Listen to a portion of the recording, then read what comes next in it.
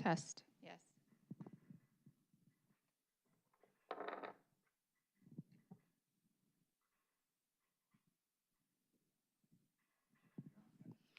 Good evening, everyone. Thank you for joining us today at the Town of Drumheller organizational meeting, inaugural organizational meeting for the new council term. Today's date is October 27th, 2025. My name is Esther Campbell. I am the Chief Administrative Officer for the Town of Drumheller. So today is a bit of a change where we will be seeing our newly elected council take their seats, and we will be having a bit of a swearing-in ceremony. So on that, I will call this meeting to order, and we'll continue on to item number 2, which is our swearing-in ceremony. So with that, I will invite Michael James to come forward as our legal representative to officially conduct the proceedings.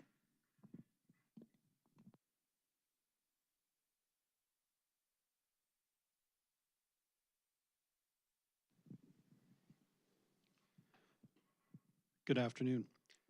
If I can have Mike Hansen enter council chambers, please.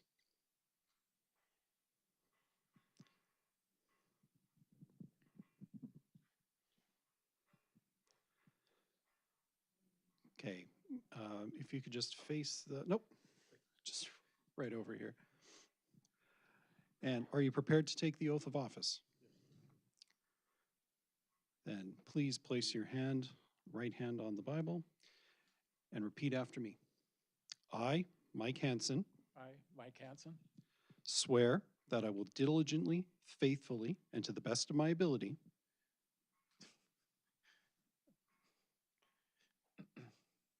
swear that I will diligently, faithfully, and to the best of my ability execute according to law in office of council.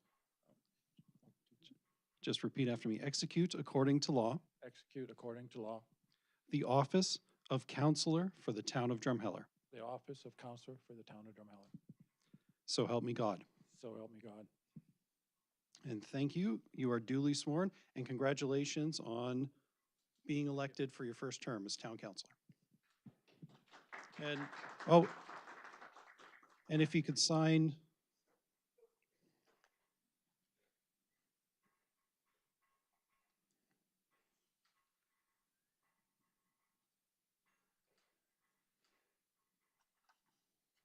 Thank you. Thank you.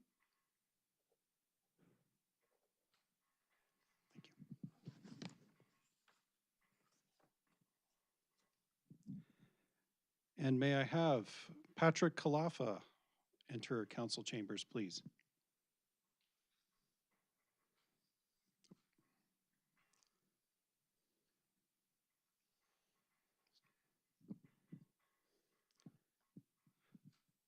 And good afternoon.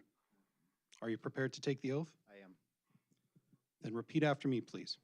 I, Patrick Kalafa, I, Patrick Kalafa, swear swear that I will diligently, faithfully, and to the best of my ability that I will diligently, faithfully, and the best of my ability execute according to law execute according to law the office of councillor for the town of Drumheller.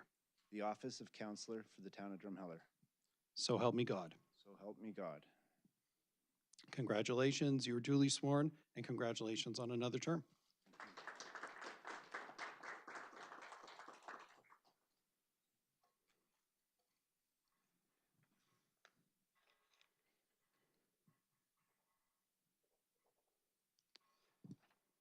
And if I may have Travis Hardy, please enter council chambers.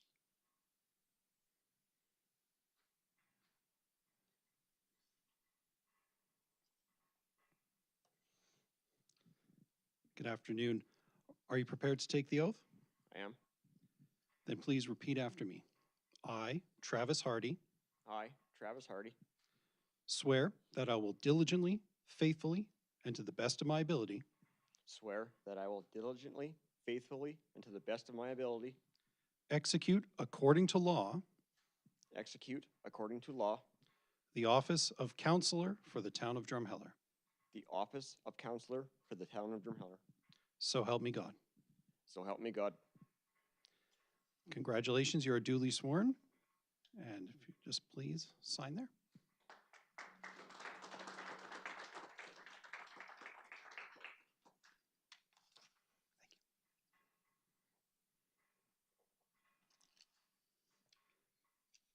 And may I have Cheryl McNeil please enter council chambers.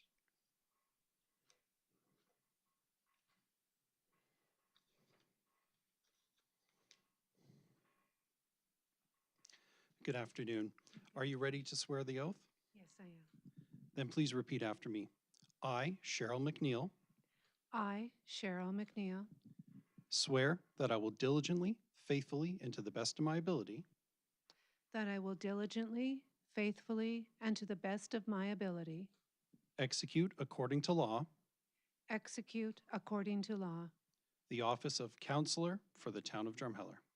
the office of counselor for the town of Drumheller. So help me God. So help me God. Congratulations, if you could just please sign there, and congratulations on your first term as town councilor.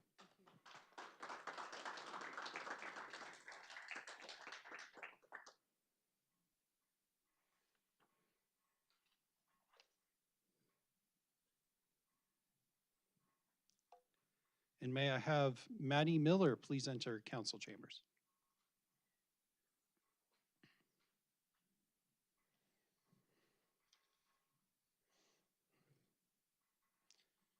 And good afternoon. Are you prepared to take the oath? I am. Then please repeat after me. I, Maddie Miller, I, Maddie Miller, swear that I will diligently, swear that I will diligently, faithfully, and to the best of my ability, faithfully, and to the best of my ability, execute according to law execute according to law the office of counselor for the town of Drumheller. the office of counselor for the town of Drumheller. So help me God. So help me God. Thank you. Congratulations, and congratulations on your first term as town councilor.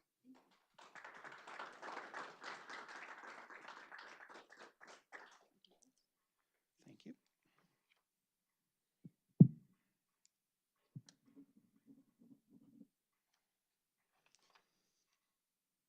And may I have Tom Zariski please enter council chambers.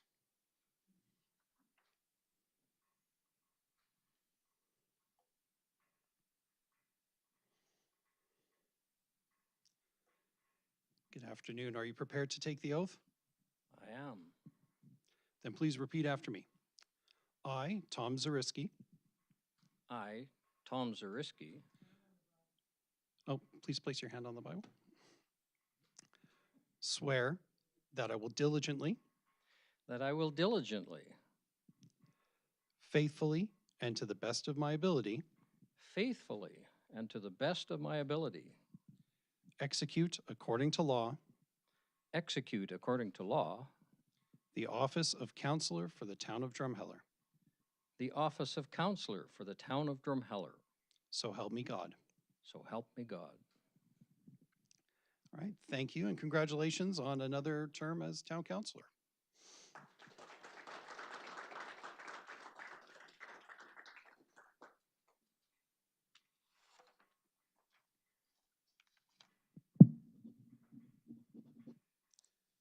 And may I have Tony Miglitz please enter council chambers.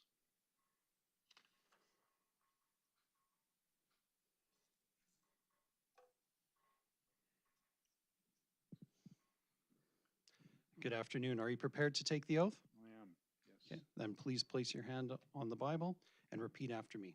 I, Tony Miglitz, I, Tony Miglis, swear that I will diligently, swear that I will diligently, faithfully, and to the best of my ability, faithfully, and to the best of my ability, execute according to law execute according to law the office of mayor of the town of Drumheller. the office of mayor of the town of Drumheller. So help me God. So help me God. Congratulations. And please sign, and congratulations on your first term as mayor.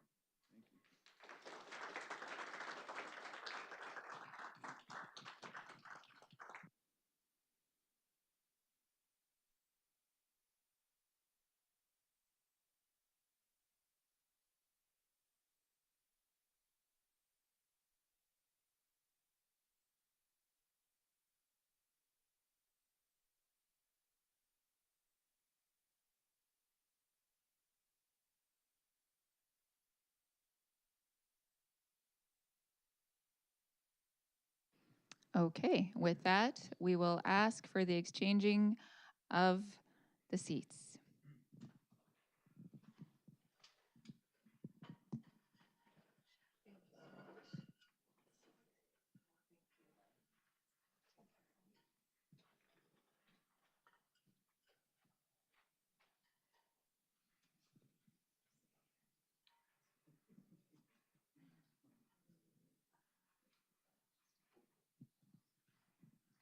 Okay, if new council will please take their seats. After, that's fine. And I'll invite Mrs. Heather Kohlberg to the microphone. Sounds weird going back. Well, good afternoon, everyone, and welcome to Council Chambers. It's hard to believe it's been an incredible 8 years, and I'm just honored to have worked with two of the most amazing councils that any mayor could ever be blessed with. So thank you all for everything you've done.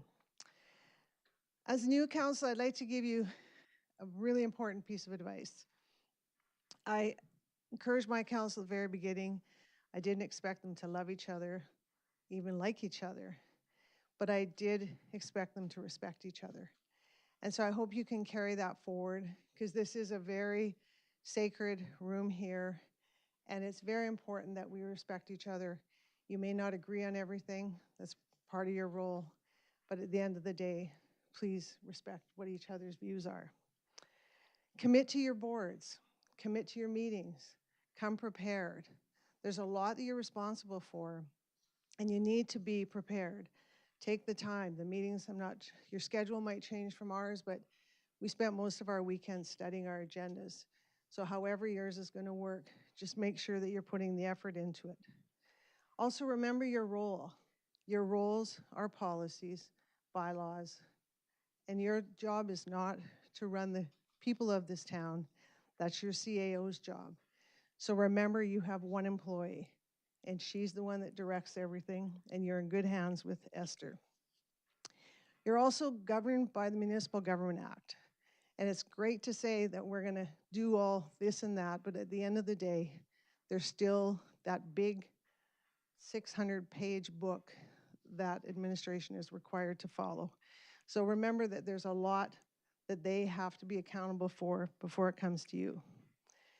When we were first elected in 2017, the council before us was working on flood mitigation, a very complex program. And when we got elected, I'll be honest, I was not the first person going, yes, we got to work on flood mitigation.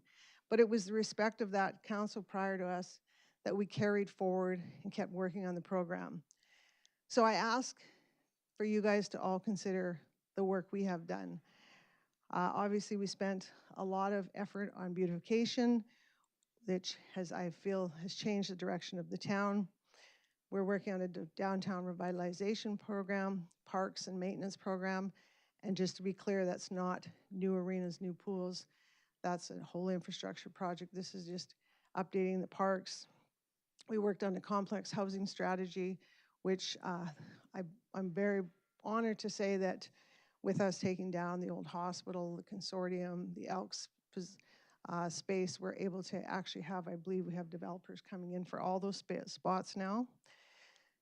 So a lot of effort, time, and money was put into those plans, so I hope that you take the time to really study them, read them. Like downtown revitalization just is not second and third. It was Centennial Park, it was the 6th Avenue crossover. There was a lot that went into downtown revitalization, so take the time and review those plans, because there's a lot of work that was done, and a lot of work to be done. So I just hope that they're not put on a shelf, because we're going to count on you guys to make sure that they keep moving forward. Remember, there's limited funds. We all have these big dreams and all this stuff that we want to do, but there are limited funds. And we have, just remember that when you're going into budget, that there's just a million things we wanted to do, but only a few things that you could do. So your job is roads, infrastructure, water, sewer, and just keep focused on those. You're very fortunate to have a great leader in Esther. Esther came to us in January. She spent a lot of time learning about our municipality, what it takes to run our municipality. And so you're in great hands with Esther. And please know that you have this amazing team around you that have all the tools, all the knowledge. They're a great support system.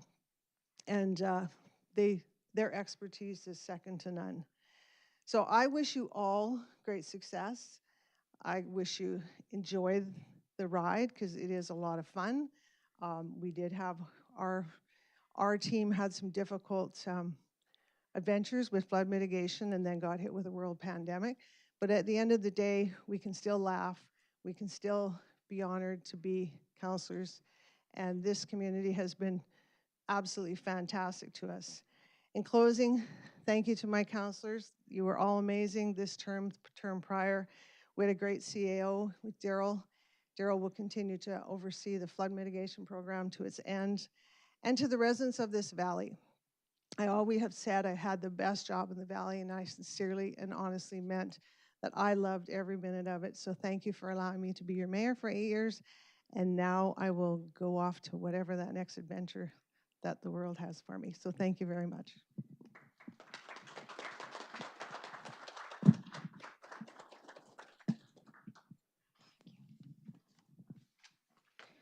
So before our our previous council leaves, we do have a presentation for you here as well. Erica, can you?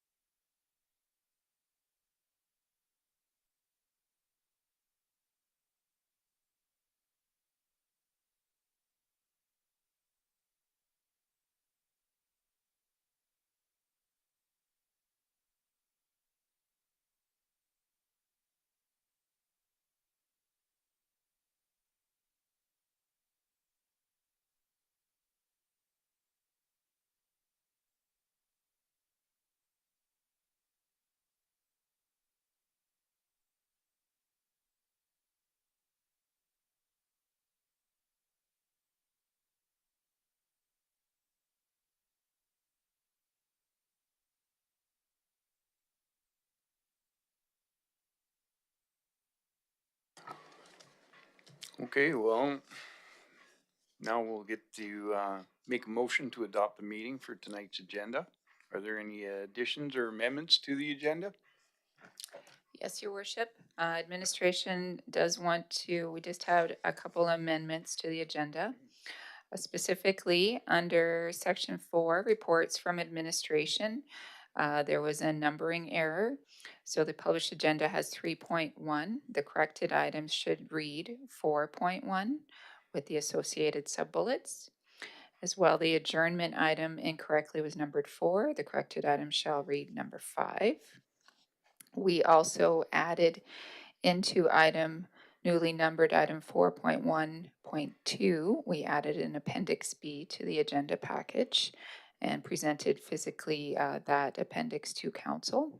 As well, under item 4.1.3, we do have an appendix A for that item, as noted in the published agenda.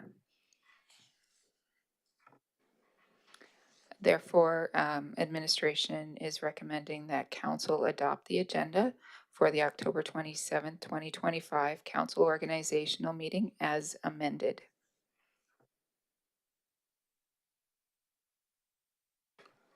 May I have a motion to adopt the agenda for October 27th, 2025 regular council meeting as amended?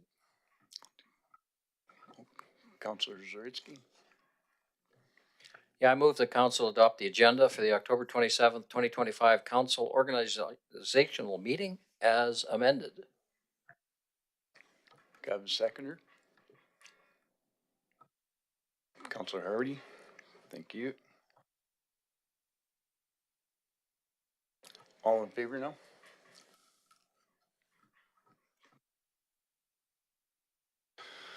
Okay, Marion, that's carried.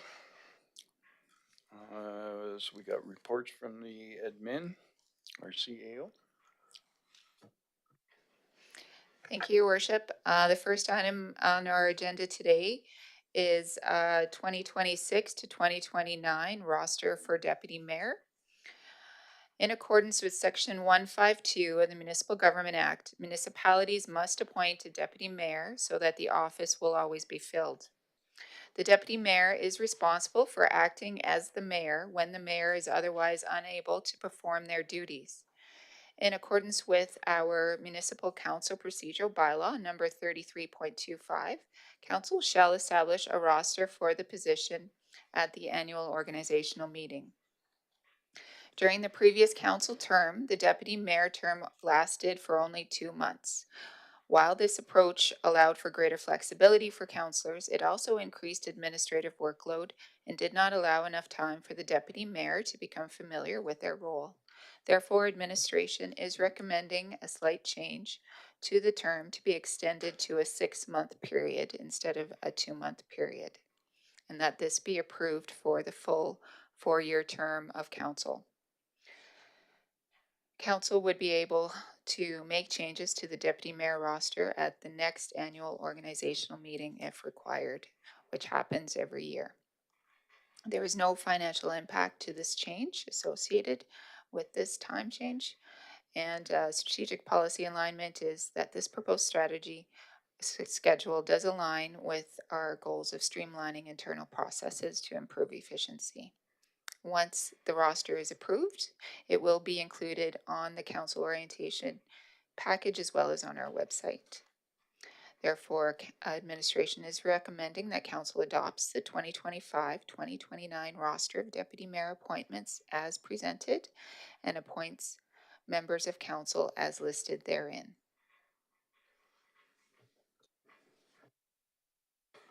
Thank you, Mrs. Kielmo. May I have a motion, please? Councilor Kala.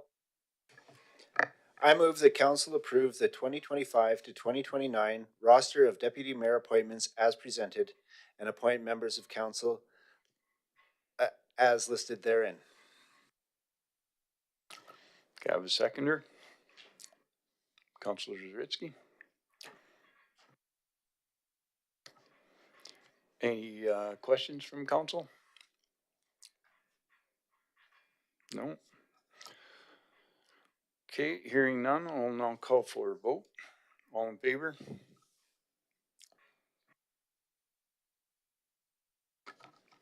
Carried.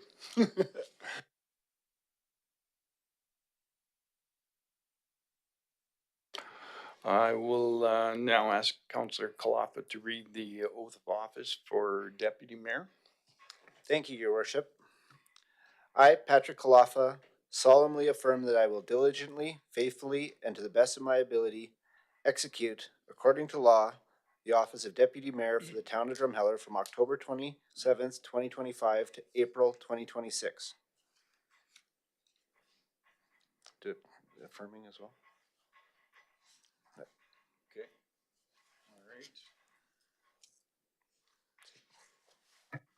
All right, next, we have item 4.1.2, approval of the 2025-26 council and committee meeting schedule. Thank you, Your Worship. In accordance with Section 193 of the Municipal Government Act, a council may decide at a council meeting where all councilors are present to hold regularly scheduled meetings on specific dates, times, and places. Also, in accordance with Section 9.2 of our Municipal Council Procedure Bylaw, 33.25, council establishes this schedule at the annual organizational meeting. There are no requirements as to which days of the week they are held.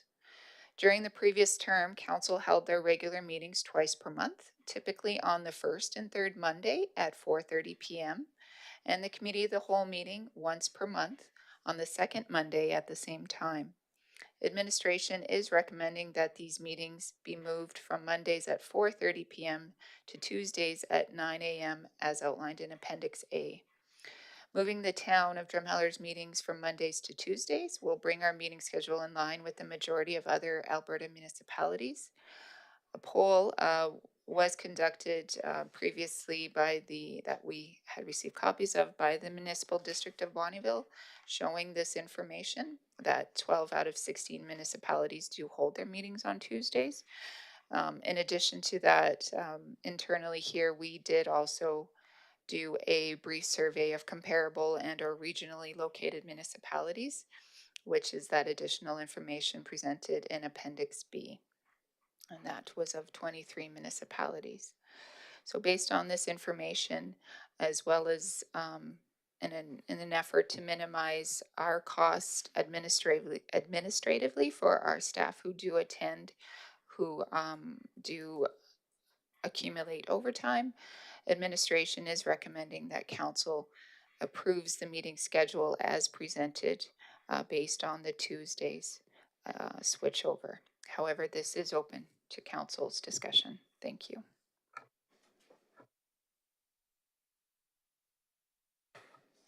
Thank you, Mrs. Kiambao. May I have a motion, please? Councillor Zurisky? Yeah, I move that council approves the 2025-2026 council and committee meeting schedule as presented. Can I have a seconder? Councillor McNeil?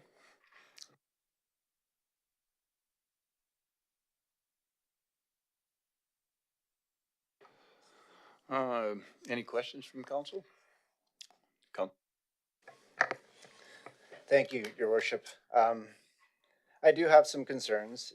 Luckily that I do have an understanding employer, but having an open-ended meeting during business hours of a workday has many drawbacks for anybody that has to be employed, like most of us do.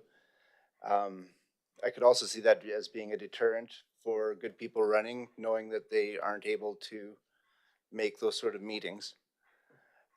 My second concern is we talk a lot about transparency, and it's for public participation. Again, people who have regular jobs that have to be at their place. Morning meetings could be a detriment for people that wish to participate, especially with public hearings. And so those are some of my concerns.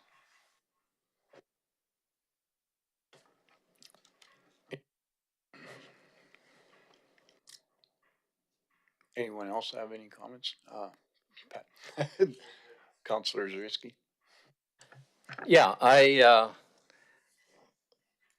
kind of like the Mondays myself. I find I have other boards and committee meetings that meet on Tuesdays. So to have a council meeting kind of all day and then have another meeting afterwards in the afternoon or in the evening, I'm going to have to reschedule a bunch of stuff. I don't know. I guess I've just gotten kind of used to the Monday, and I think it makes it conducive to more people attending the meetings as well. When you have them during the day, people work and they wouldn't. So the public consultation and the hearings on bylaws and stuff like that, I know we have heard in the past that people wouldn't be able to attend those because they were during the workday. So just a couple of issues there. I mean, to me, it's not a big deal, but just there are a few issues there to consider. Thank you, Councillor Zaritsky. Anybody else? Councillor Miller?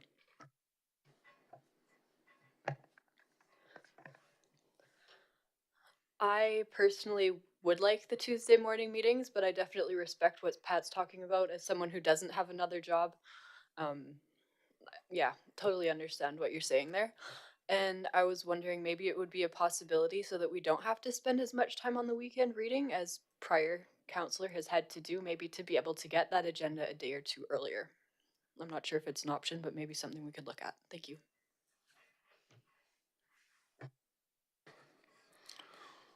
All right, well, that's good discussion. I think there's two sides to that, and there's, what, you wanted to add something else here? And just, yeah, to be clear, my concern isn't about Tuesday. It's just I would prefer them in the afternoons. I think that would make it more conducive for the public to participate. Any other comments? No. Councillor Hardy? I do agree with Councillor Kalafa that we are a public, representatives, and they should be able to see what we do here. So being during the workday maybe isn't the best idea.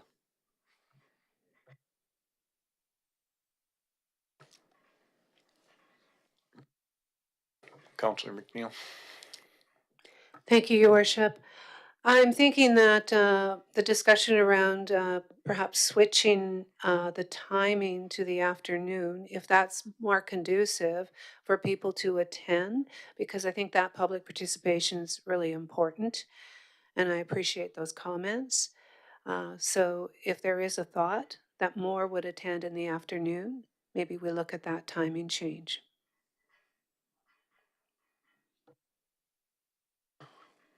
All right, so any other comments from anyone? No? Do we want to take a vote? A motion, yeah. We can take a vote on this. Anybody for? Just a point of information, could I get clarity on what the motion is, please? Certainly. So the motion is to adopt the schedule as listed in Appendix A, which is technically for Tuesdays, with the looks like just a extra Wednesday day for the budget meeting. But this agenda does switch it to a Tuesday instead of a Monday. And actually it doesn't state the time. So we would need to, we could, perhaps the best way to do this, because it is two different topics and two different issues, is we can pass this for the day of the week, and then we can ask for a second motion for the time of the meeting, if council chooses. So this motion on the floor is just for the day, which is proposing a Tuesday.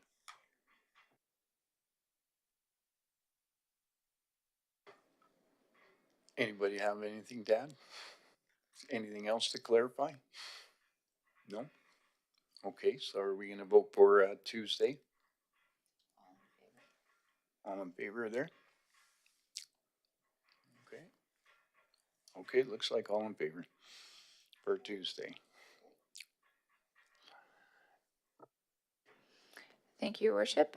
So the second motion that administration is currently recommending is that council, or should a councillor, what may be the best way to do it is to ask for a motion that council approves the 2025-2026 council and committee meeting schedule for meeting start time of X, whoever would like to make that motion.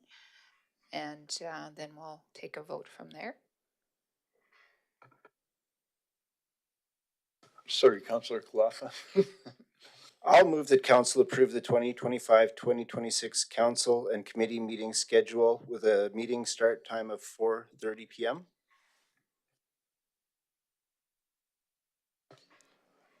Anybody else? That's your good time? 4:30 is good? Okay, you're seconding it, sorry. Okay, you'll second it, Councillor Zaritsky.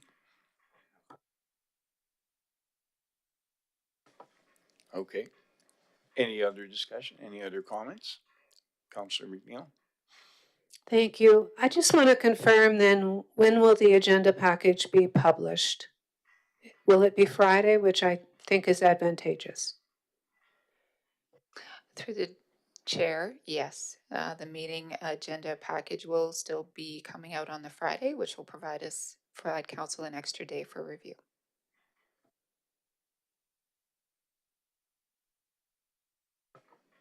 All right, that's good. Anybody, any other comments? No? Okay, so we're gonna vote. All in favor? 4:30. Okay. Okay, all in favor? Carried.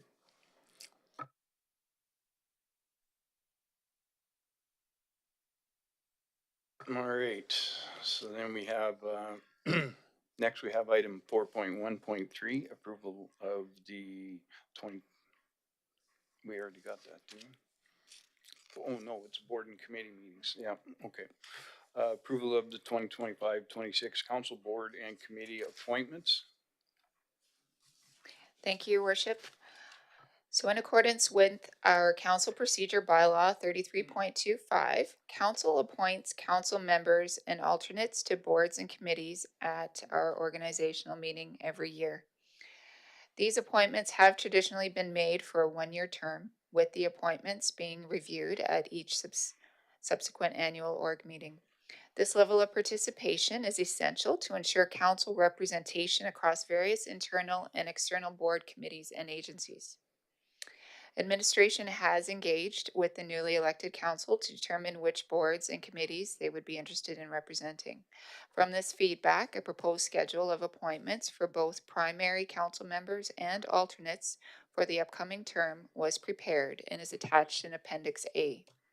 The chosen representation attempts to reflect equitable distribution of responsibilities amongst our council members, consideration of individual interests, experience, and availability, as well as continuity and consistency in representation to support effective governance and relationship building with external stakeholders.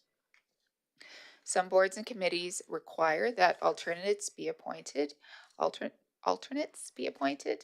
who shall represent the board or committee member in the absence of that primary appointee. The inclusion of alternates ensures that council representation is maintained in the event of scheduling conflicts or absences, thereby supporting the town's commitment to active participation and accountability. The proposed schedule will be reviewed annually at each subsequent organizational meeting. The financial impact, so as per the council remuneration policy LS-C-03, which comes into effect today, October 27th. Council members are reimbursed for participation on approved boards and committees in the amount of $50 per meeting, up to a maximum of $1,000 annually. This proposed schedule ensures transparent and accountable representation of council on boards and committees and facilitates meaningful participation in local and regional decision-making bodies. Upon the approval, the boards and committees will be notified of the new council member appointments. The schedule of appointments will also be posted on the town's website under the boards and committees section. So it is administration's recommendation that council adopts the attached 2025-2026 schedule of council board and committee appointments as presented and appoints members of council to their respective board or committee as listed therein. Thank you, Mrs. Campbell. May I have a motion, please? Counselor Hardy? I move that council approves the 2025-2026 schedule of council board and committee appointments as presented and appoints members of council to the respective board or committee as listed therein. Can I have a seconder? Counselor Miller? Any questions from council? I guess we've already taken care of them. Okay. Any further discussion then? Counselor Kalafa? Thank you through the chair. I just want to make a comment that, you know, this work is very important, and it's also very fulfilling and it's a great way for counselors to get, you know, more immersed in the community and different issues. And, yeah, it's a great, piece of this, position that you're in. Okay, thank you for that. I'll call a vote now. All in favor? Okay, we're all good there. Carried. That concludes our agenda for this evening. May I have a motion to adjourn? Counselor Zarutsky, thank you. I move the council adjourns the meeting at 5:12 PM.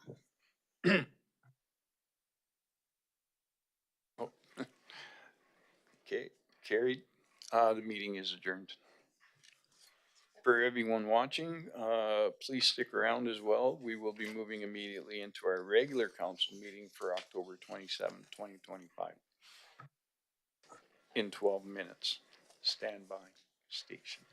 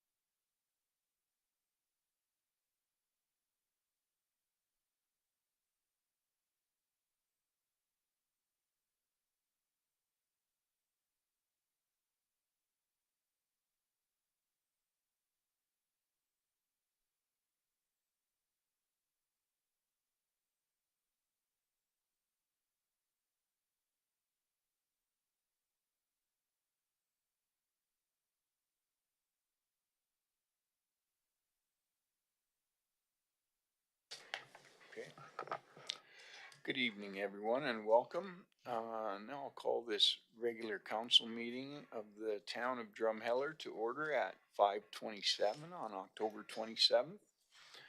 I'd like to remind everyone that this meeting is being live streamed to the public and recorded in accordance with the council procedure bylaw.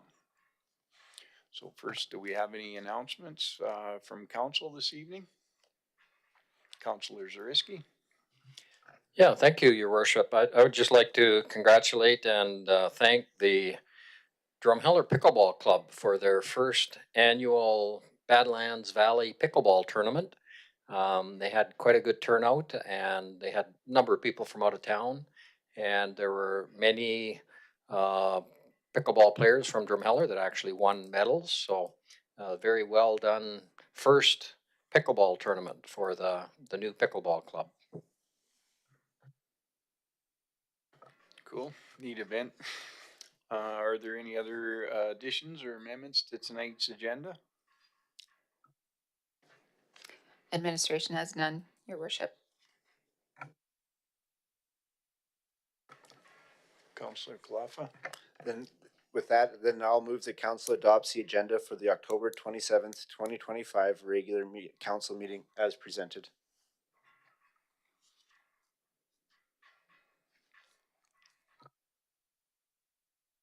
Can I have a seconder?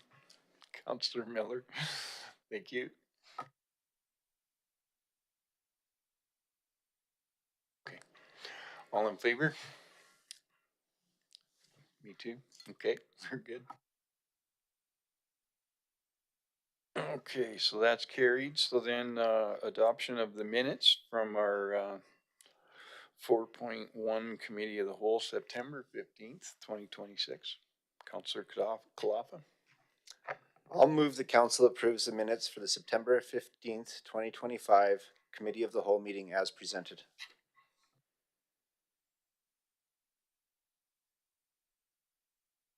Can I have a seconder? Councilor, I got her.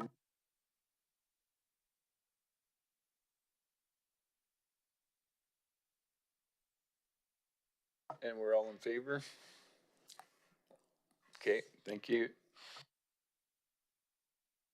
All right. Now, may I have a motion to approve the minutes from the regular council meeting held on October 6, 2025? Councilor Zaritsky. Yeah, I move that council approves the minutes for the October 6th, 2025 regular council meeting as presented. Thank you. Can I have a seconder? Councilor Hardy. Thank you. All in favor? Carried. We report from admin.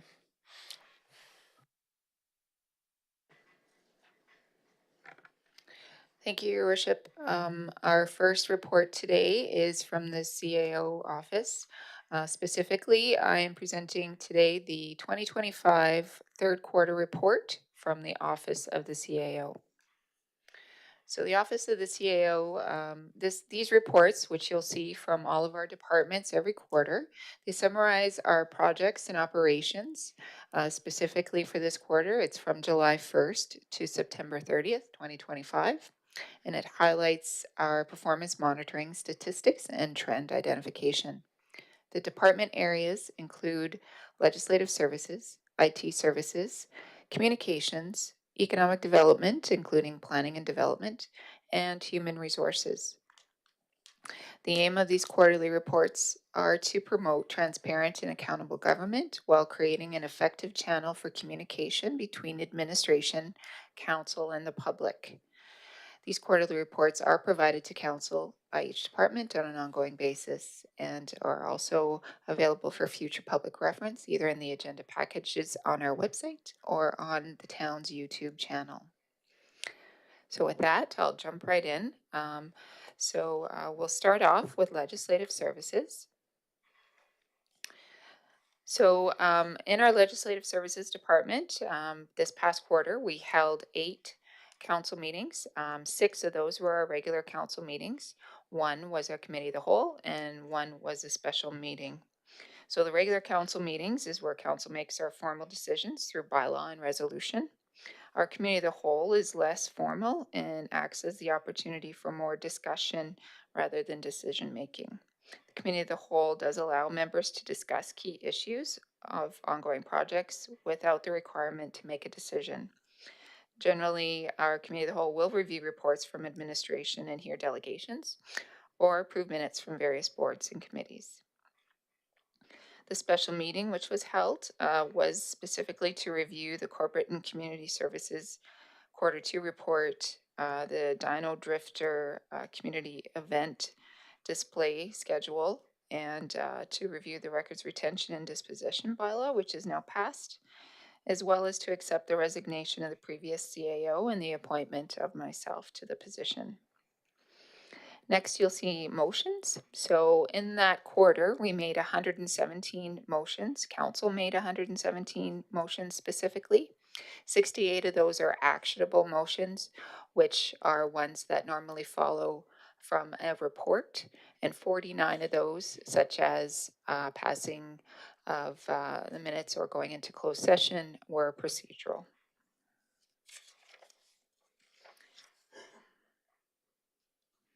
Also, in that quarter, we did hold 2 public hearings. We heard from 3 delegations. Access requests, we had 1.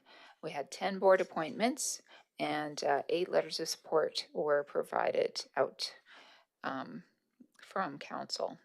So specifically, our public hearing was on our newly updated municipal development plan amending bylaw. As well, it was to hear opportunity for feedback on our proposed Machichi Creek land designation bylaw. We heard delegations from the Colton's Place organization and their annual report. We also heard a presentation by Travel Drumheller on their business survey results, and a presentation by the Drumheller Area Health Foundation to profile their new local nursing program and simulation lab. Access requests are requests from the public for information that is not routinely disclosed and available to the public. So in Q3, there was 1 access request for records from the public that was received. These used to be called FOIP requests, but now they are called access requests. And we also appointed our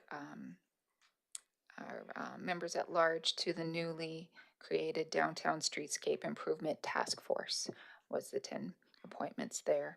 And the letters of support are ones that council had sent out either to other institutions as part of, in support of grant applications for their community initiatives, or to, for their lobby efforts.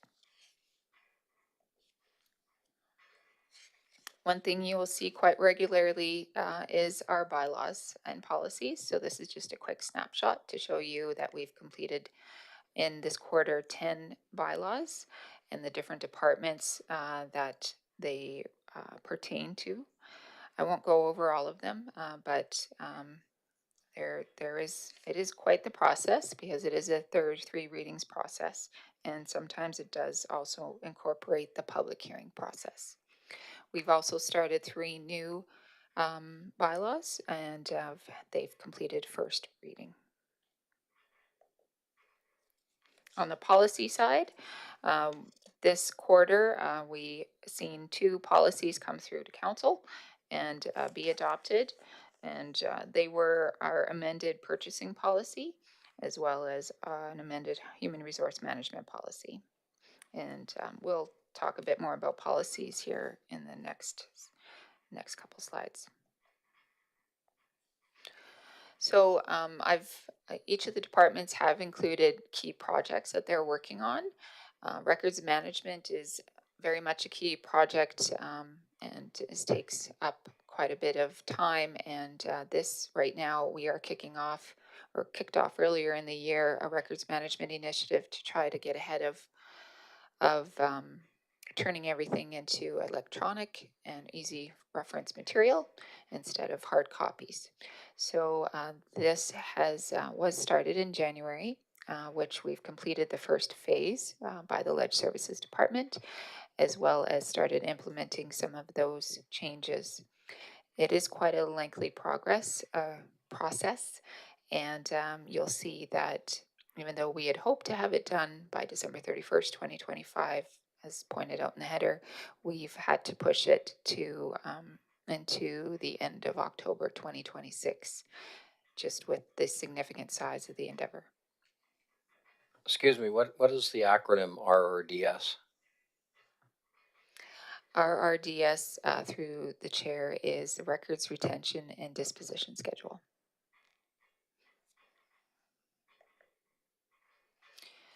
The next big project that was done in Q3 by the Legislative Services Department was our election. It was quite the large process, which every municipality does every 4 years, and the team did an excellent job. It's started off in the beginning of the year and is just wrapping up now with a post-election review and a thank you campaign going out to the public here now over the course of the next couple of weeks. Overall, I can tell you that as far as our results were concerned, we had about a 30, let me just find my notes here. Out of a possible 5,490 electors, we had 1,958 show up to vote, which equated to about a 36% turnout. From hearing the other results from other communities across Alberta, we actually fared quite high compared to others. However, this is lower compared to last year. Parts of the reasons for that, we've discussed it internally, and there was a number of factors. One was the change in the process that the province has now instituted for the elections and the extra steps that are required.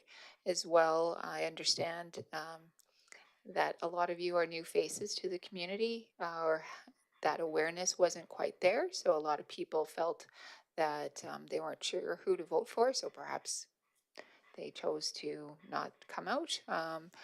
Alternatively,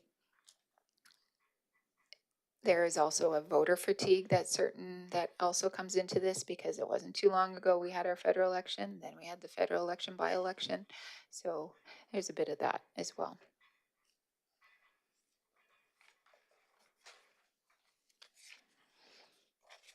And the last piece from Ledge Services is they've started a comprehensive review of our bylaws and our policies, which are significant. We do have 315 active bylaws, of which 231 of those have been repealed over the process, and 176 of those do require amending. So it's quite the big process, and it's not something that one department does all by itself. It's something that each of the departments plays a role, and the senior leadership team does review them as well. So it's going to take us some time, and we had hoped for December 31st, 2025 to complete it, but we unfortunately have bitten off a big thing here. So we've projected it to go until 2027. This also includes our policies on top of this. The total numbers on that I don't have off the top of my head, but all of our policies are listed on our website. And there was a bit of a gap process too that's being completed, which shows that we do have a number of policies. We're lacking a few in policies when it comes to establishing process and guidelines for our administration and the public as far as how do we do things and how do we standardize it so it's the same across the board. So that gap analysis is also being conducted. Any questions on Ledge Services?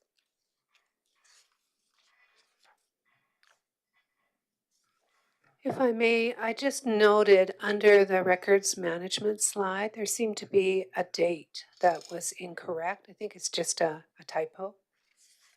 I can go back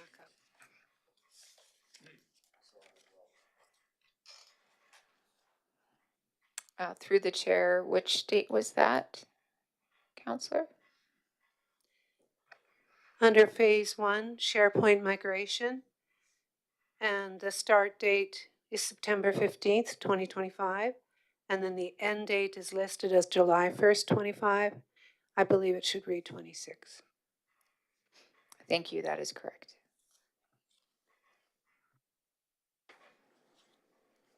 Okay, I'll continue on to IT services. IT, as we know, is mainly managed through our service contract with Reality Bytes. So just a quick summary of what's been going on that side. So a big part of IT is making sure that we are safe and secure. This is just a quick summary to show that as far as all of our software systems, our operating systems, and all other computer systems, over 2,000 installations of patches were conducted and completed over Q3. I see up in the header there, it should see Q3, not Q2, 2025. In Q2, there was about 852 and 769 in Q1. Of those 2,000 patches, 483 of those were specific to the operating systems. This is really our key performance indicator for Reality Bytes. And so in Q3, we staff have opened 326 tickets as far as services are concerned, and customer helping us out to make sure glitches are fixed and education is shared, which is a little bit less than Q2, which is neither here nor there. Tickets closed is 337, so a few extra tickets would probably be because of the few in Q2 were carried forward into Q3, and their average resolution time was approximately 45 minutes.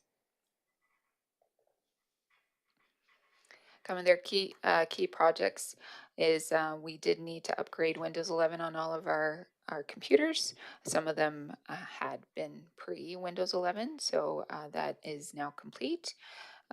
We did roll out a pilot project across the organization to manage our passwords, which was called a software system called Password Boss, and we're currently just wrapping up that test group pilot to see how user-friendly and how successful it was. As well, we are developing a new online HR onboarding, offboarding system, and HR now with the inclusion of our new HR manager just this quarter, he is engaged with IT to make that happen. Any questions, Mr. Chair, on IT?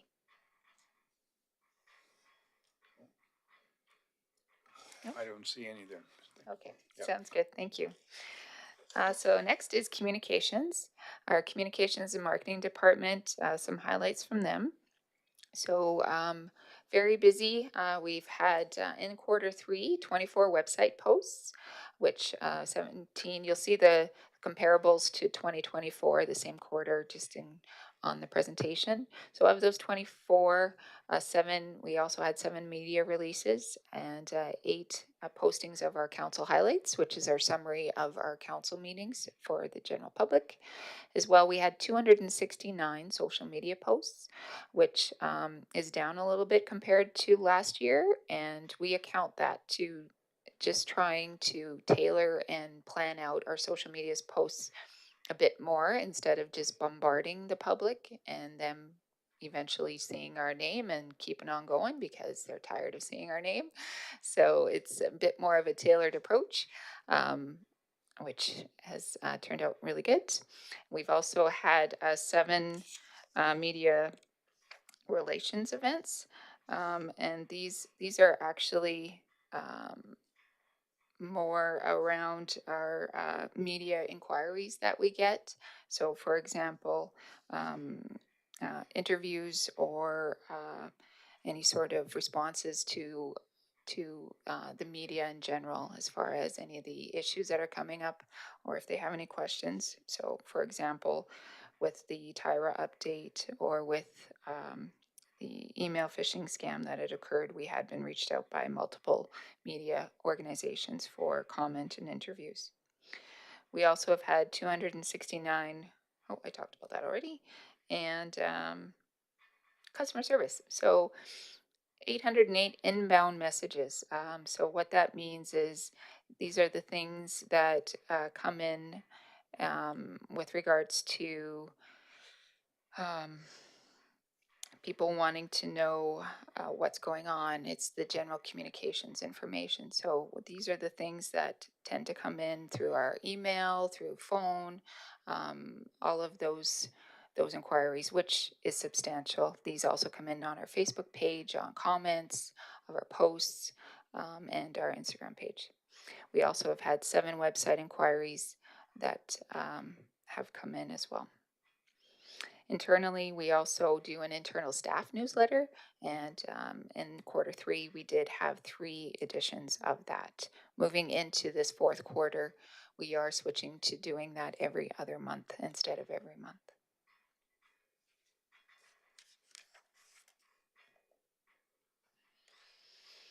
So one of the big things too, as we try to streamline our processes, is when a department has a requirement for public communication or public engagement, they put in for what's called a communication brief or a marketing brief.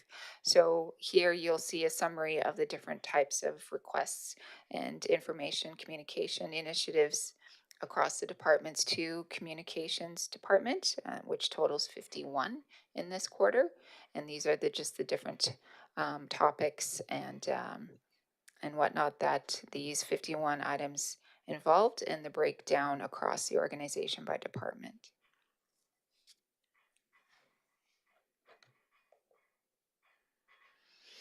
Another key area is our marketing campaigns. So this quarter, the major marketing campaigns that was headed up by our communications department was obviously our elections. That was split up into multiple phases.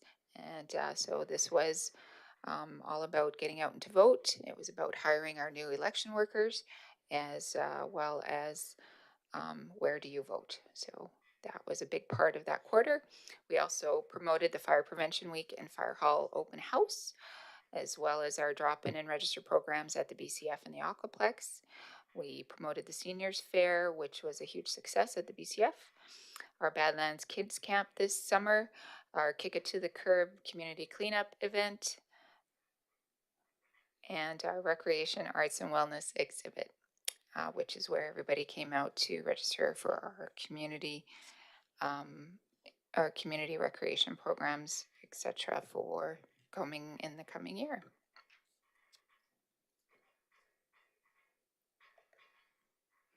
And here's just a slice, bit of a example of the type of information and the marketing materials that our team pulled together for this quarter.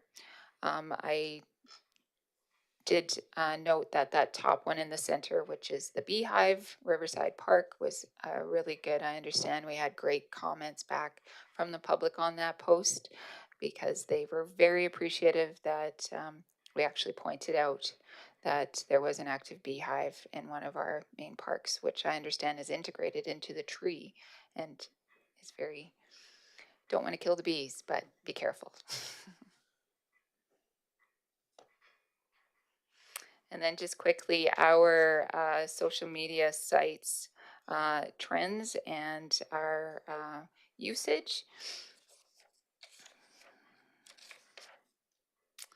So this is 2025. So you'll see here that our top pages are the Aquaplex, and here the municipal elections, BCF, our swimming schedule, and our job openings. There was a bit of a spike September 12th to 15th, and that was most likely due to the public order, which was on the safety code side that was presented in the community. And in comparison to 2024, same time frame, but just a little bit different of a trend there you'll see. It's a little bit lower on our total on the total numbers on our engagement. So we have increased overall. Social media stats. So just to be clear, because I've made this error myself, is this is specific to our social media only. So we had over 722,000 views on our social media posts. This has reached 427,000 IP addresses. So those are people-ish households. And then the interactions, and I just asked, yes, thank you. Actions taken on the post. So if somebody likes it, if they comment on it, or if they share it or save it, as well, the clicks throughs are when you click on an item and it leads you to another page. So that's some of our numbers there, which overall has seen an increase since last year. Any comments, Mr. Chair, for that, or questions? Any comments or questions, anybody? None noted. Okay, thank you. Okay, moving on to economic development. So our economic development department in this quarter has seen 4 new business licenses being approved. We've seen 5 municipal land sales deals being made. So in Q2, we actually had 5 pending offers that did not end up lifting the conditions. So those fell through. Of those, so let me rephrase, let me go back. So we've had 5 municipal land sales at this point offers have been accepted. Q2, we actually had 8 that had been accepted. Of those 8, 5 of those did not go to fruition because the conditions were never removed. Of those, 2 were successful and had the offers lifted and they went through. And 1 of the 8 is currently pending the condition removal date. In Q3 of the 5, we've had 3 offers already lifted their conditions within this quarter. So we're sitting on 2 that remain pending the conditions. These land sales do include residential and industrial land. And if council would like to know a little bit more detail on that, I would be happy to answer those questions at a later time. The type of land that this the new businesses, just to provide a little bit more detail on that, is the new businesses. 1 was a visitor attraction business and 3 were retail commercial.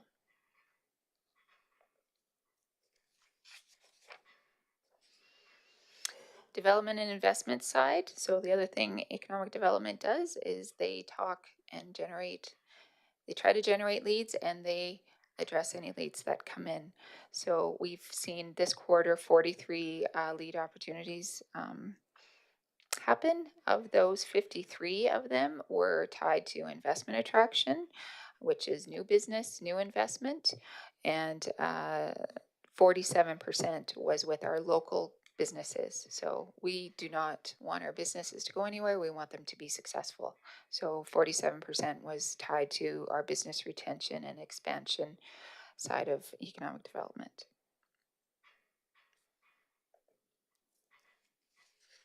As well, we like to track how these opportunities came in for these engagements. So 44% of them came in from phone or email.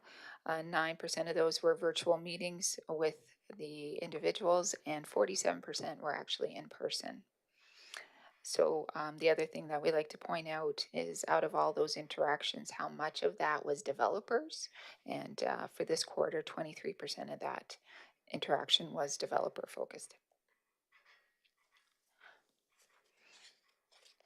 Marketing and film and promotion of that activity in our community is something also that we do.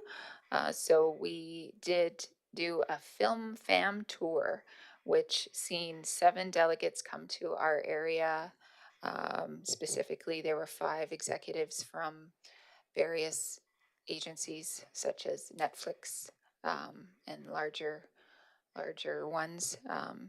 This is the beginning. This is them coming out and getting familiar with how awesome we look and how awesome we are, and how we have a great background for film and commercials. So the film activity this quarter did show that 1 permit was issued and 4 had come out, but they did not proceed. However, one of those 4, I'm told, just went into one of our neighboring counties and filmed there. Nihil specifically. And then on the project side, so we did pass a couple of our bylaws, which were significant. An updated municipal development plan bylaw. We've created an encroachment bylaw just to help start addressing in a more structured manner when we have encroachments on one landowner onto another, or specifically onto as well municipal or public land. We did also present and have council pass a general design standards and construction specification document, which provides with that general, when we have a new developer coming in, how do you develop? What do I build? What specifications, technical specifications do I have to follow? So that is now in place. As well, there was a couple of key briefing notes that I would recommend taking a look at, where we've updated on 2 multi-year plans which the town has had in place. We also had an annual grant report submitted on behalf of DHA to the province, and DHA is the Drumheller Housing Administration, and they're the ones who handle the operations of our low-income housing. And specifically, this was the grant report for the funding we received to complete the construction of Sandstone Manor quite a few years back.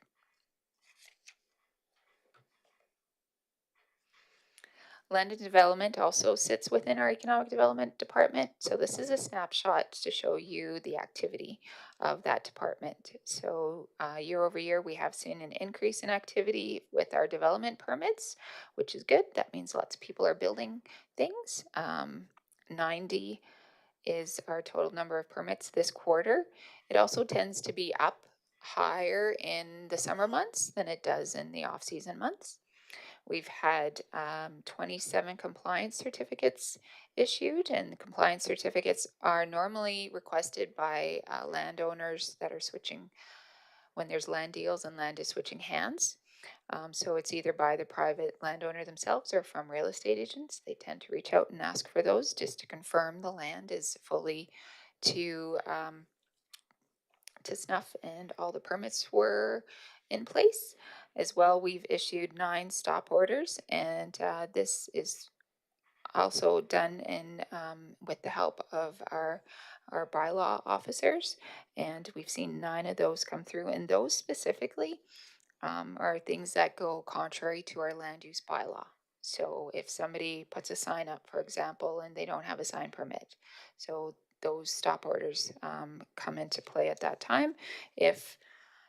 And this is normally after the fact, if the landowner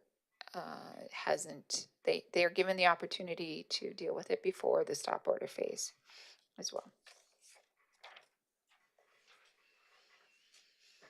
Switching over to our safety code permits.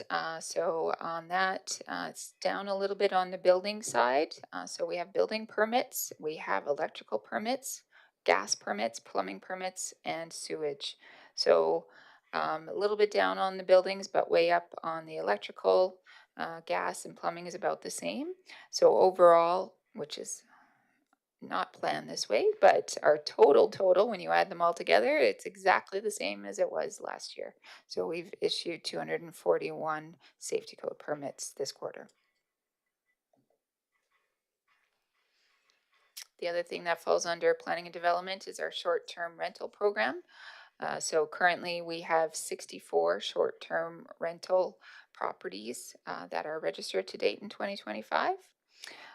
We've also held our municipal planning commission. We've had 3 meetings this quarter. and we have had no subdivision applications this quarter.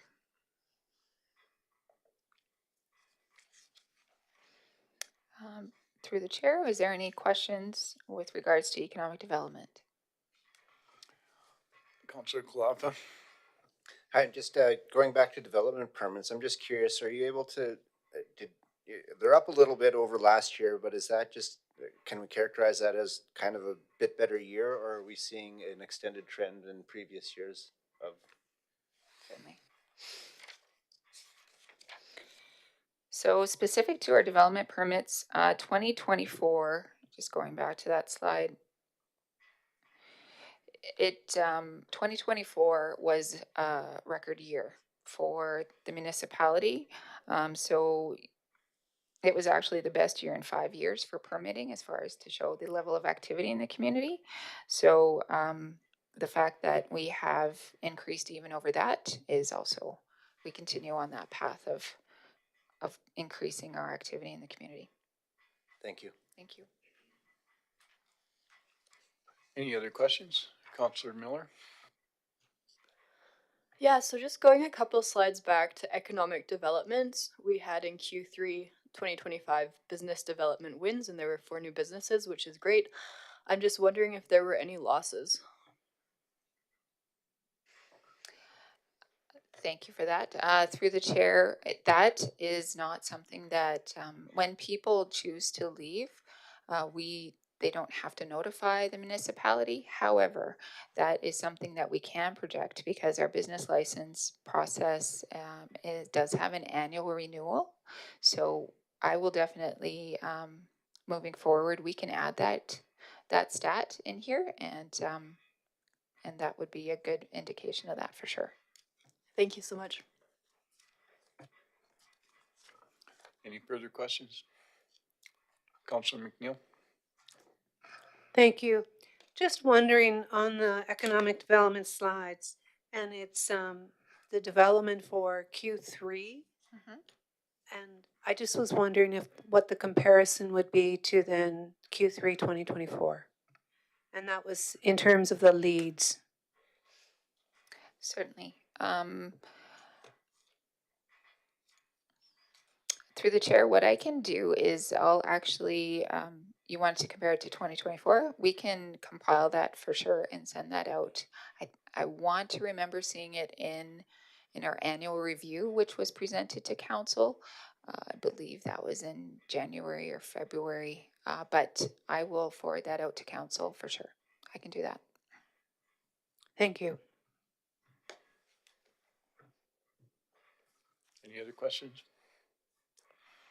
Sounds like it's been a busy year, and it almost, by some of those statistics, it looks like there are renos more than new builds, right? By your permitting. But looks like it's been pretty busy for them. Yes. Okay, and lastly, human resources. So our human resources department is just a quick tally of some of our people and our personnel numbers. So in Q3, we've pretty much maintained our total count at 153. We've have 103 active full-time, part-time, casual employees. We have 37 in our fire services department, which are volunteer on calls. As well, we have 7 employees on leave, and this leave is medical leave specifically. As well, in Q3, we had our 6 counselors. Recruitment statistics. So in Q3, we had 6 job postings up. Of those, 3 of those are still in progress. One of those, I understand, has just come down here just this past week. So, and those 3, they are more the ones that are standing, that are more, it's more on the casual side. So I understand it was, don't want to misquote myself here. A cashier, waterside attendant at the pool, a lifeguard, and an activity specialist at the BCF. So there's a bit more fluctuation with our casual staff. So that's specifically what that is. the applications received. So these are all the resumes that we received. We received 112 to go through in Q3. And our time to fill those positions for Q3 is 32.25 days, which is the same as last quarter. So what the time to fill means is it's the average time from all the postings between post date of the individual job to when we hire them that date. I understand from our new HR manager that this date was greatly inflated in Q3 because of the large gap during the postings with the finance manager position, actually, which was way back into Q2. Took us a bit of time to find Mr. Town right over here. Or should I say for him to find us? One question on the applications, that would include both, say, out-of-town people applying as well as internal people applying? That would be a combination of both of those? Through the chair, that is correct. Yeah. It would be both. Any idea of how many of each? Approximately like 50 people from out of town and 60 people internal applying, or even a ballpark? Any idea? I'm just wondering how many people from out of town are attracted and thinking of coming here. Mm-hmm. I will add that to the list of stats to track and present to council.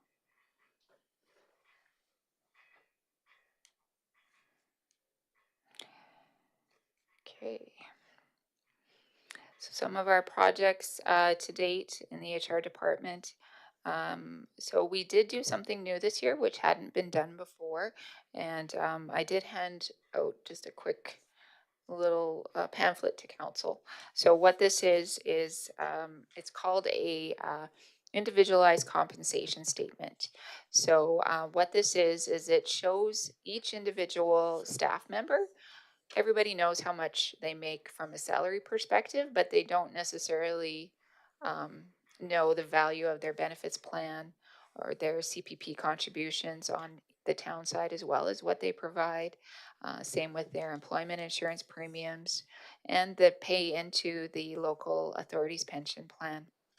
So it's called a compensation statement because it shows the total compensation that an individual gets. It was also a good opportunity for us to just reiterate and recommunicate to staff that who is our benefits provider and how do you access all the coverages that you do have available and the benefit areas. It also gave them a quick summary of their pension to see those contribution amounts for the year. So yeah, I just wanted to share that with council. As well, in the HR department, we did hire, they did complete the hiring of the finance manager. We did hire our HR manager as well.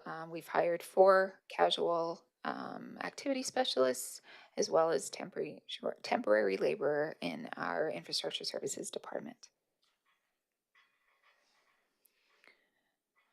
One of the other things that we do is participate in compensation surveys for other municipalities, and we did 4 of those this quarter.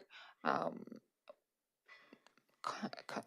should also mention, so those numbers that we presented on our meeting schedule, so that list of the 23 municipalities that you've seen in that additional information, that actually was the same minus the 3 rurals that were our neighbors.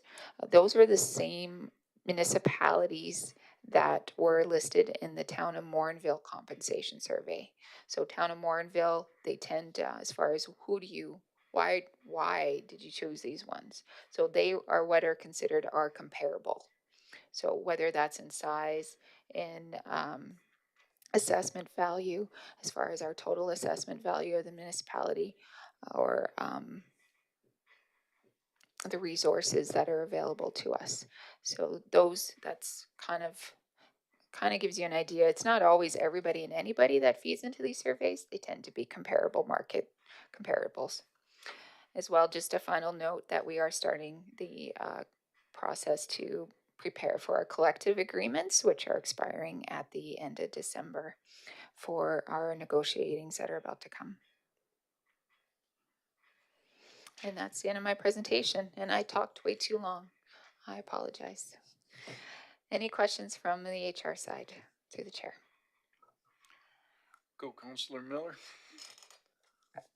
Also, with regard to HR department recruitments, does that mean that we lost the same amount that were recruited? That is a good correlation. Yes. Thank you. Anyone else? Any questions? Nothing? I think there's a lot of information there. Must have been a lot of work just putting that together. So, thank you for doing that and getting that explanation to us. Help us understand where we're starting. Counselor Zarisky? Okay. Yeah, I would move that council accepts as information the 2025 third quarter report from the Office of the CAO as presented. Seconder, Counselor McNeil. All in favor? Okay. Thank you. Thank you.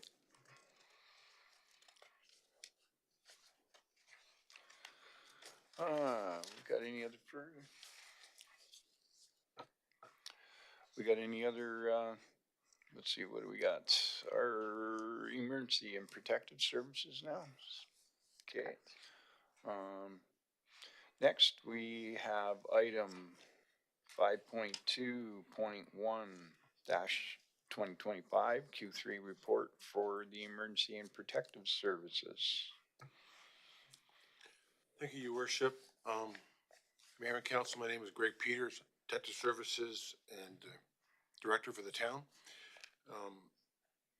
Our department does a variety of tasks in the community interest, hoping to continually provide public safety to everyone in the community, citizens and visitors alike. We are committed to ensuring the health and safety, well-being of all town staff throughout the development of proactive health and safety programming. Quarter 3 is usually our busiest time of the year. This report summarizes from July 1st to September 30th. I'm sorry? When I put up a presentation to forward the slide, you push that to reverse it, push back. So I'll bring up the slide right away.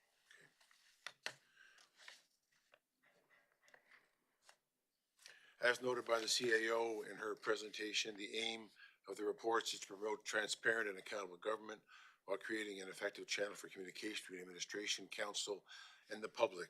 Communication strategy, as previously noted as well, provided to council by each department on an ongoing basis and are included for future public reference in the agenda package and on the town YouTube channel. Excuse me, am I supposed to use this to zap ahead? Is that the deal? Okay.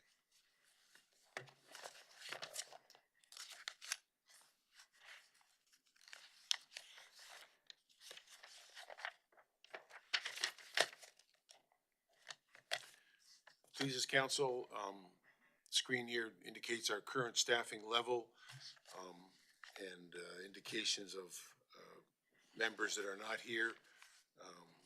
One is off on medical leave at present. The pie chart indicates the variety, of matters we've handled in this quarter and simultaneous numbers regarding the number of matters handled per bylaw, pet ownership bylaw, Traffic Act bylaw, which is a provincial law we also enforce, community standards, and other bylaws. We do a variety of work, as you can see, and this is not inclusive of all that we do. Paid parking shows revenues from 2024 compared to this year, and we are enjoying increased numbers in total revenue over 2024. At present, the program of main enforcement ends the end of October, but we'll start again next spring.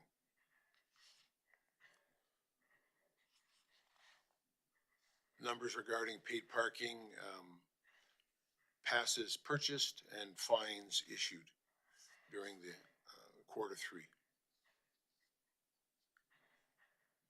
We had a hoodoo attendant, young lady, spent her summer out there, and we had remarkable success in the number of passes that she sold. It surpassed anything that we could have thought she would have sold, but the numbers were very surprising. Time permitting, we enforce school zone safety.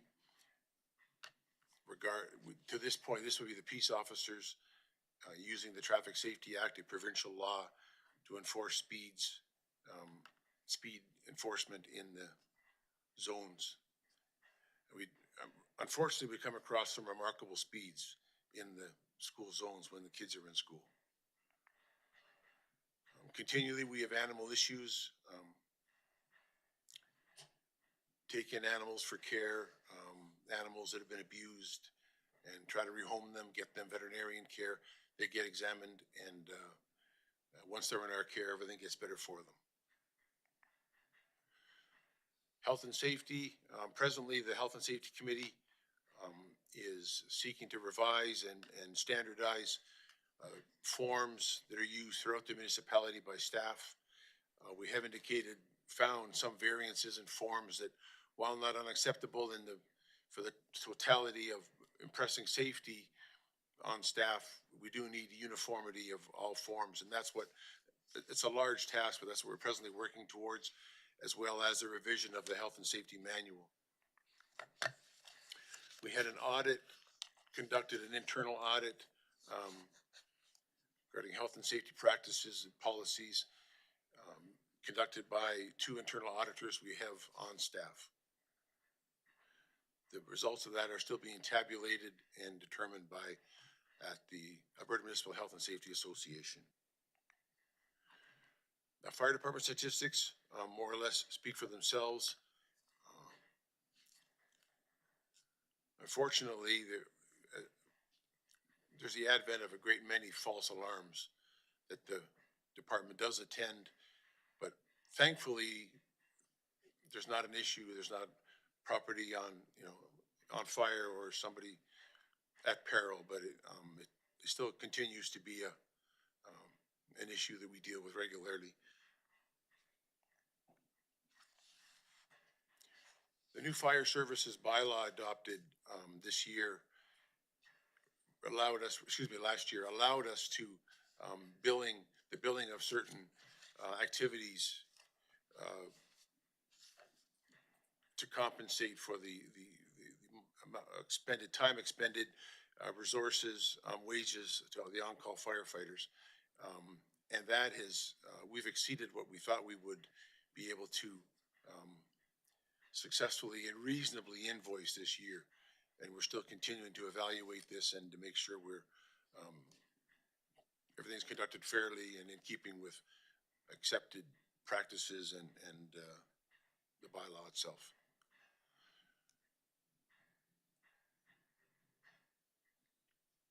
Fire services, the chief continues to try to progress the department forward. And more will be brought before council in coming weeks regarding the status of our fire department. Emergency management, the province is continually finding who we work closely with on emergency management policies, law, and training, continually to find new ways for municipalities to identify and help to protect themselves. The high identification risk analysis has been around for a great many years. There's been a recent emphasis by the province on HERA training and recognition. Trent Cure of my department and myself have taken the initial course. It's something we've been dealing with all along, and I guess it's just a further emphasis by the province to, so municipalities recognize the level of threat and a gradient of what is their most serious threat. And then it steps down to what could be, existing threat, but of lesser severity or importance or expectation than others. And I'm happy to come back and do a presentation to council on getting more familiar with this. We're still working on it, and there's still more training that has to occur.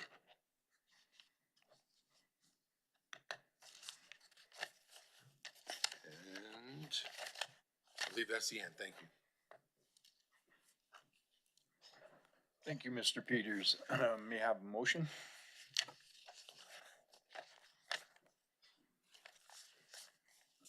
Councillor Zawitsky. Yeah, I move that council accepts as information the 2025 third quarter report from Emergency and Protective Services as presented. Thank you. Can I have a seconder?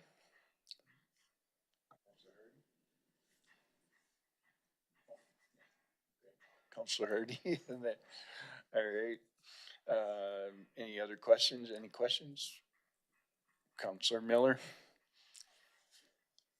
Yeah, thank you for the presentation. With regards to the paid parking, I was just wondering if you would know what the admin costs are that are associated with that.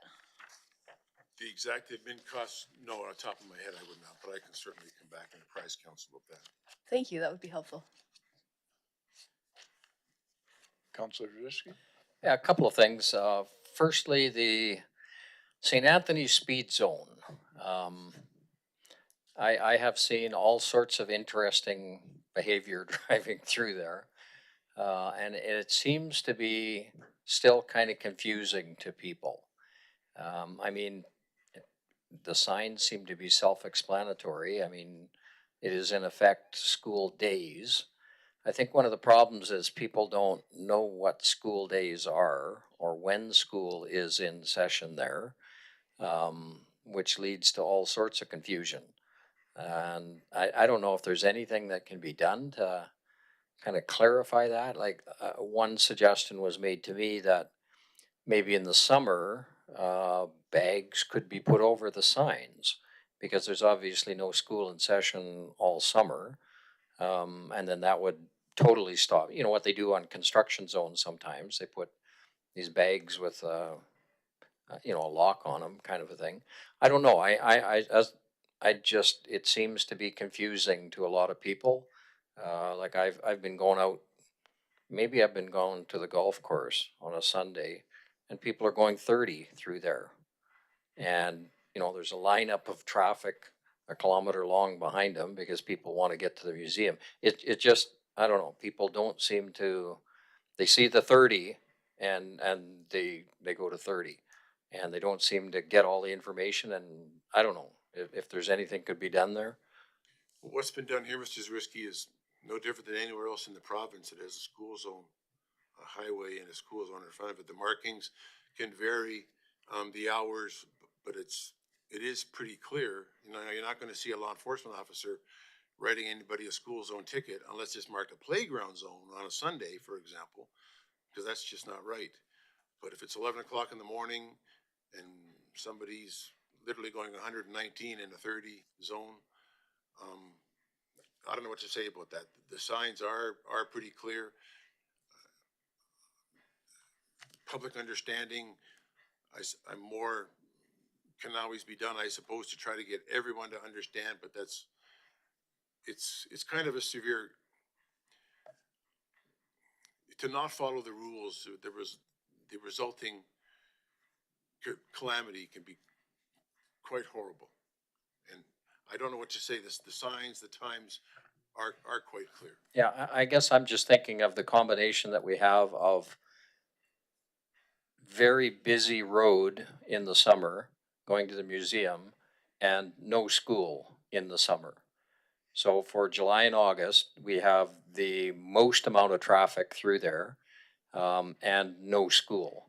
So I as I say, I'm just wondering if those signs could be covered during July and August or something. That is not a practice that Alberta Transportation, the police, or I would advocate for, covering signs. It just doesn't strike me as a sound way to have the driving public aware of what's going on. It's not a school day. It is not, July and August are not school days. And I believe that's what it says, school days. You go through one, I go to visit my daughter in South Calgary. I drive through the one at Chestermere, the high school there, and theirs is similar to the one we have in Drumheller when you go down the 791, I believe. I'm not sure what the answer is, sir, but if there's no school on, then a school zone violation enforcement should not be being conducted. And I certainly know my staff won't be conducting it. One other point, just a question on how's the police committee coming along? Yes, sir. I'm still completing the policy and procedure manual. And Mr. Visser and I will review that and get that back before council. And once we have that in place, then we can begin to populate the committee and go forth.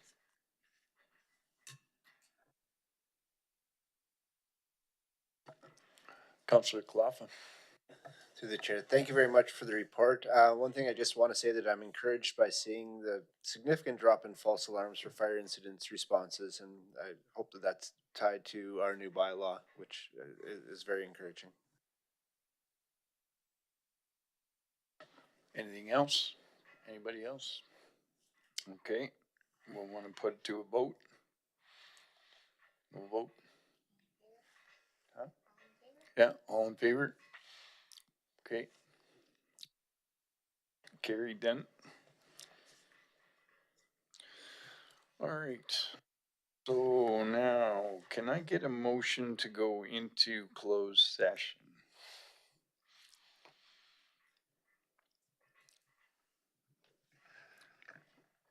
Councillor McNeil. I will so move that council goes into closed session at 6:29 p.m.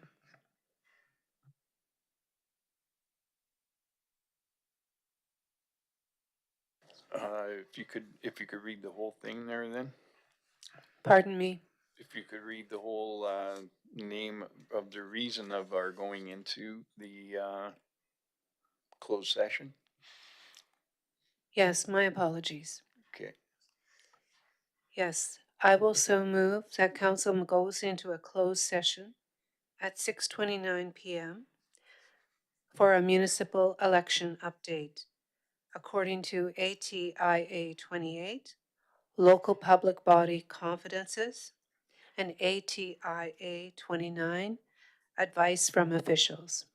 ATIA is the Access to Information Act.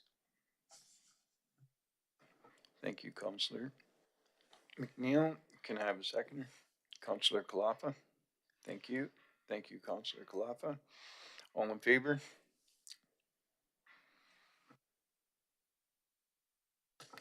Carried. Thank you to everyone for attending. As this is the last item on our agenda, we'll not be continuing the meeting after the closed session. Thank you. I'm going to